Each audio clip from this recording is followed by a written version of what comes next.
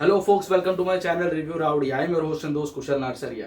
दोस्तों, आज मैं रिव्यू करने वाला हूँ नेटफ्लिक्स की original movie the class of 83 का, starring Bobby Deol and Anoop Soni in prominent roles. बाकी के किरदार कौन है क्या है ये पूछना मत, क्योंकि जितना इसमें घुसोगे उतना ही आपका दिमाग खराब होएगा। ये फिल्म का बैकिंग तो बहुत बड़ा है। रेड चिलीज एंटरटेनमेंट ने, गौरी खान ने, शाहरुख खान ने इसको प्रोड्यूस किया है। नेटफ्लिक्स के लिए मूवी बनाई गई थी, लेकिन अगर ये नेटफ्लिक्स के लिए नहीं भी बनाई होती और ये थिएटर में रिलीज की होती तो भी ये पिक्चर बुरी तरह से पिटती।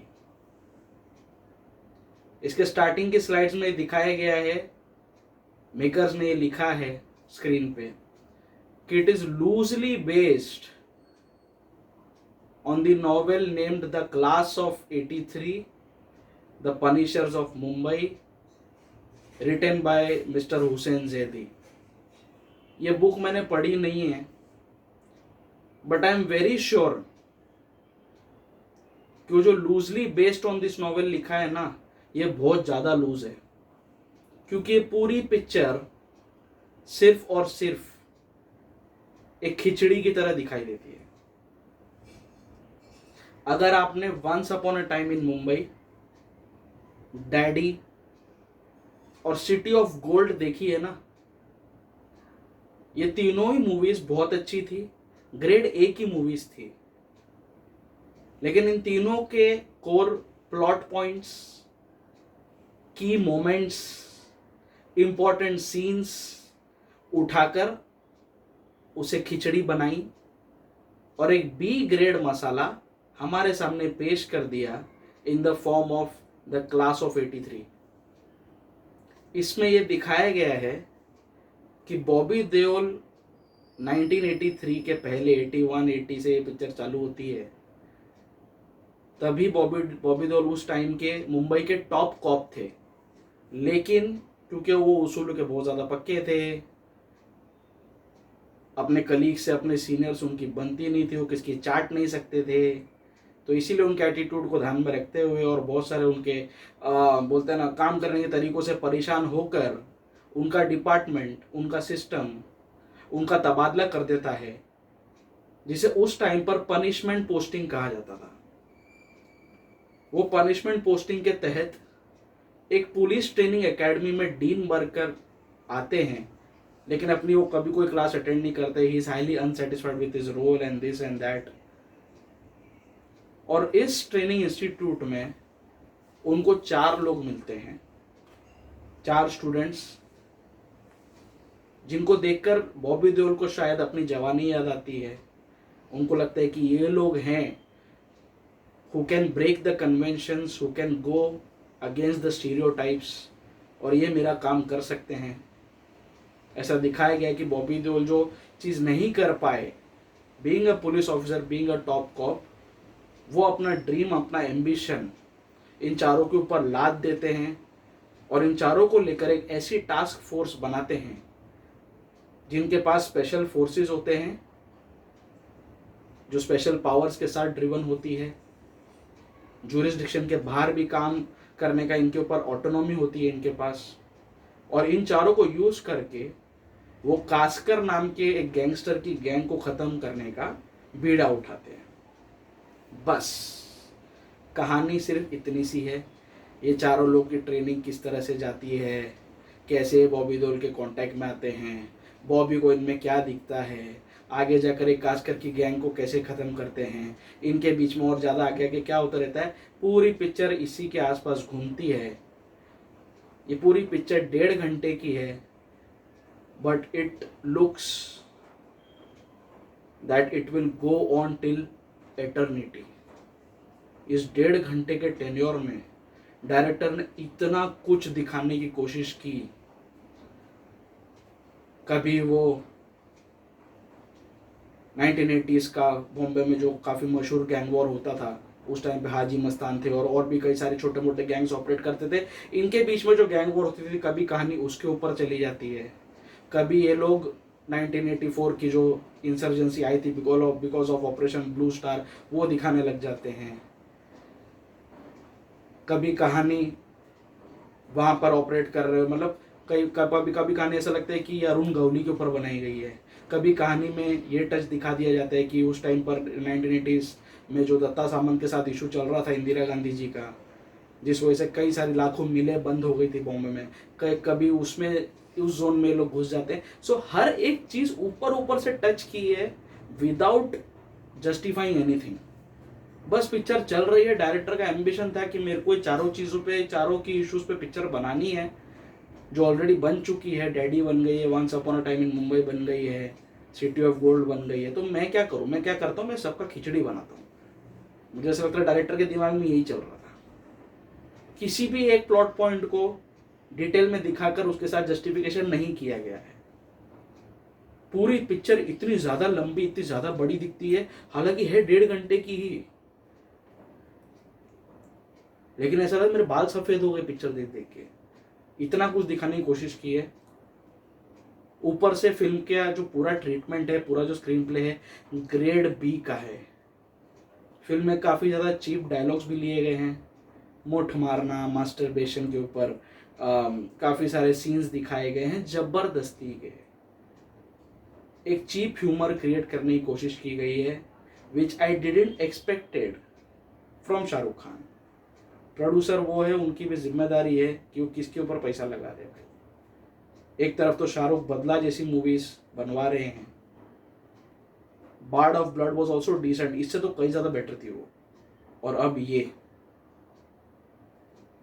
पूरी पिक्चर को बचाया है सिर्फ और सिर्फ अनूप सोनी ने। अनूप सोनी इसमें एक सीएम के रोल में, महाराष्ट्र का सीएम बताया उनको, और यही कंप्लेन मैं मेकर्स के साथ करना चाहता हूँ। आखिर इस मूवी के साथ वो दिखाना क्या चाहते थे। स्टार्टिंग में दिखाया है पूरा, इसके प्रमोशन कैंपेन जो भी रन हुआ आज तक क्लास ऑफ 83 का, सब में यही दिखा रहे हैं कि based on true events, based on this, based on that, but online search करो तो कुछ भी नहीं मिल रहा है। क्या बात के ट्रू इवेंट्स हैं? कौन सा ही ऑफिसर था? बॉबी देओल किसका रोल कर रहे हैं स्क्रीन पे? वो 4 लौंडे जो हैं जिनके साथ जो फोर्स बनाई गई थी, वो फोर्स का नाम क्या था?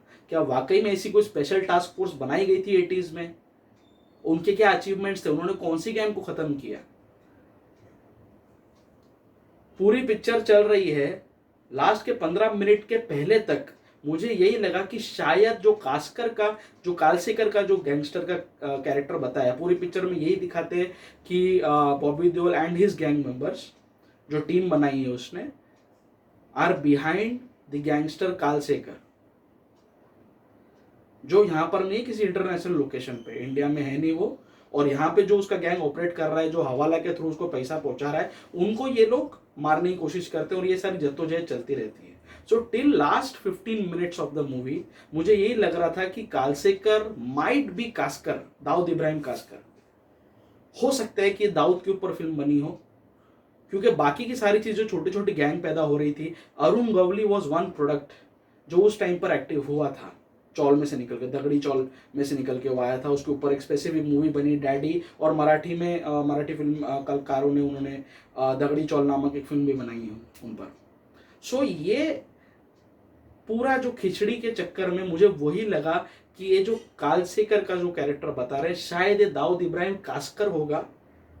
बट लास्ट के 15 मिनट में जब वो इंडिया आ जाता है कालसेकर, और जिस तरह से आता है, और जिस फनी वे में बॉबी देओल के साथ उसका कन्फ्रंटेशन होता है,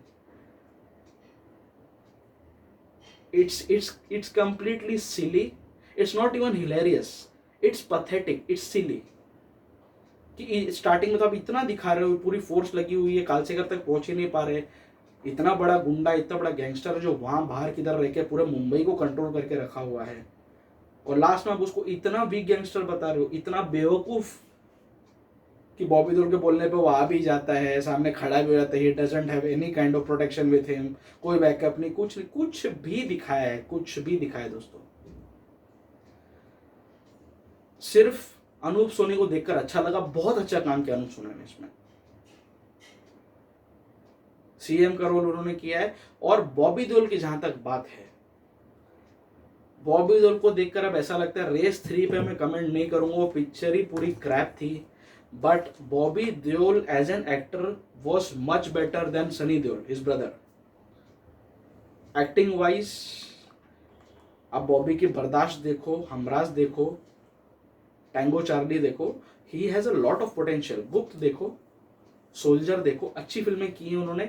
लेकिन अब बॉबी ऐसा लगता है कि जो ब्रेक उन्होंने लिया था, रिपीटेडली उन्होंने इंटरव्यूज में कहा है कि वो पूरा पूरा दिन शराब पीते थे घर में बैठ के, तो वो शराब उनकी दिख रही है बॉडी पे। इतने ढीले हो गए हैं वो, इतने सुस्त हो गए हैं, इतने नम्ब हो गए हैं। इसी ढीलेपन के साथ वो डायलॉग डिलीवरी करते हैं, बंदूक पकड़ते हैं, जाते हैं।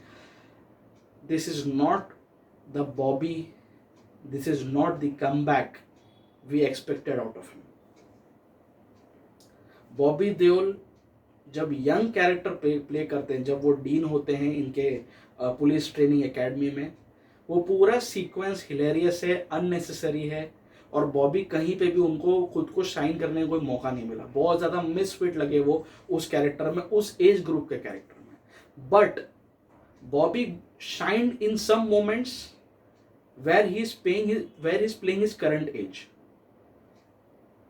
उनको कई साल ऐसे दिखाए, कई साल हो गए हैं सिस्टम में, पुलिस फोर्स में। Now is a senior ranking officer and this and that. तो जब वो अपनी खुद की current age type role play कर रहे हैं ना, कैरेक्टर का जो ट्रांजिशन जब उनकी करंट एज पर पहुंचता है, that thing is very good, that thing is very matching with Bobby Deol. So last का जो स्टार्टिंग का आधा घंटा जो है फिल्म पूरे, मतलब बोलते हैं ना 1.5 घंटे की पिक्चर है, आधे आधे घंटे का 3 स्लाइस कर लो पिक्चर का। स्टार्टिंग का आधा घंटा इज टोटली यूजलेस, पैथेटिक, कचरा। बीच का आधा घंटा पूरा प्लॉट डेवलप होता है, कई सारे कैरेक्टर्स के लेयर्स सामने आते हैं और फिल्म एक निर्धारित डायरेक्शन में आगे बढ़ती है। और लास्ट के आधे घंटे में फिल्म क्लाइमैक्स तक पहुंचती है। लेकिन जो बीच का आधा घंटा है और लास्ट का जो आधा घंटा है, उसमें बॉबी देओल काफ़ी ज़्यादा जचे अपने कैरेक्टर में और उन्होंने बहुत अच्छा काम किया। बाकी इसकी सबसे बड़ी गलती इसके मेकर्स की यही है कि जो 4 लोग लिए, 4 की कैरेक्टर्स लिए हैं जो बॉबी के स्टूडेंट होते हैं, जिनको लेकर वो स्पेशल टास्क फोर्स बनाते हैं, ये चारों लोग अननोन हैं। कुछ शायद स्ट्रगलिंग एक्टर्स थे और कुछ को मैंने शायद एक आध जगह पे कोई सपोर्टिंग कैरेक्टर में या किसी कैरेक्टर रोल में देखा था, कुछ मेरे को याद आ रहा था मैंने इसको कहीं देखा है। बट बिलीव मी, ये चारों का नाम याद रखने में आपका जुलूस निकल जाएगा, दिमाग चूस जाएगा। कौन वर्धन है, कौन क्या है, कौन वर्धा है, कौन क्या है, because I don't know all the 4 people. तो वो लोग के बीच में एक दूसरे का नेमिंग ले लेके वो लोग ब्लेम गेम खेल रहे हैं। तो मुझे ये याद रखना, ये ट्रैक रखना एज अ क्रिटिक बहुत ज़्यादा टीडियस जॉब हो जाता है। ऑडियंस तो इतना बॉदर करेगी ही नहीं, भाड़ में जाए कौन वर्धा है, कौन अपने को क्या करने का। तो ये 4 लोग कुछ भले ही सस्ते रहते, और भाई शाहरुख खान ने पैसा लगाया यार, पैसा बहुत है, ऊपर से तुमने पिक्चर बनाएंगे नेटफ्लिक्स को बेची ना, तो तुम प्रॉफिट में ही हो ना। तो कुछ नॉन फेसिस को लेते तो याद रखने में अच्छा होता है कि हाँ भाई ये कैरेक्टर का नाम ये है और ये टाइम पे ये चीज़ यहाँ पे जा रही है। ये सबसे बड़ा ग्लिच था, सबसे बड़ा बोलते हैं ना गैप, और सबसे बड़ा डिसकनेक्शन था ऑडियंस और कैरेक्टर्स के बीच। ऊपर से पूरी पिक्चर को विंटेज लुक देने के लिए पूरी पिक्चर सेपिया टाइप टोन में शूट की है, जो आपका दिमाग खराब कर देगी। पूरी पिक्चर सिर्फ येलो येलो येलो दिखती है, लाइटिंग बहुत ज़्यादा डिम है। ऊपर से जो डार्क शॉट्स हैं, जो क्लोज रूम्स में शॉट्स हैं, एक एक मॉर्ग में शॉट है, पुलिस स्टेशन में जो शॉट्स है, जो क्लोज डोर्स में जो शॉट्स है, वो और भी ज़्यादा डार्क दिखाई देते हैं। और इसमें सिनेमाटोग्राफर की गलती है। सो ओवरऑल ये फिल्म बना के किसी ने कुछ ज़्यादा उखाड़ा नहीं। There is no reason for you to waste your 1.5 hours on such a slow and such a below average movie. कुछ कुछ सीन्स में अनूप सोनी ने बहुत अच्छा संभाला है, बॉबी देओल ने बहुत अच्छा काम किया in the later phase of the movie. बस इन दोनों को देखने के लिए मूवी देखी जा सकती है। बाकी ये पिक्चर में जो कुछ भी दिखाया है, हमने मल्टीपल टाइम मुंबई के ऊपर जो भी पिक्चर बनती है भैया, वो या तो बॉम्ब ब्लास्ट पर बनती है या गैंग वॉर पर बनती है। ऐसी कितनी सारी मूवी आज तक बन चुकी है बॉलीवुड में, और उन सभी में हमने आज तक ये सब कुछ देख लिया है जो हमने इस मूवी में वापस देखा।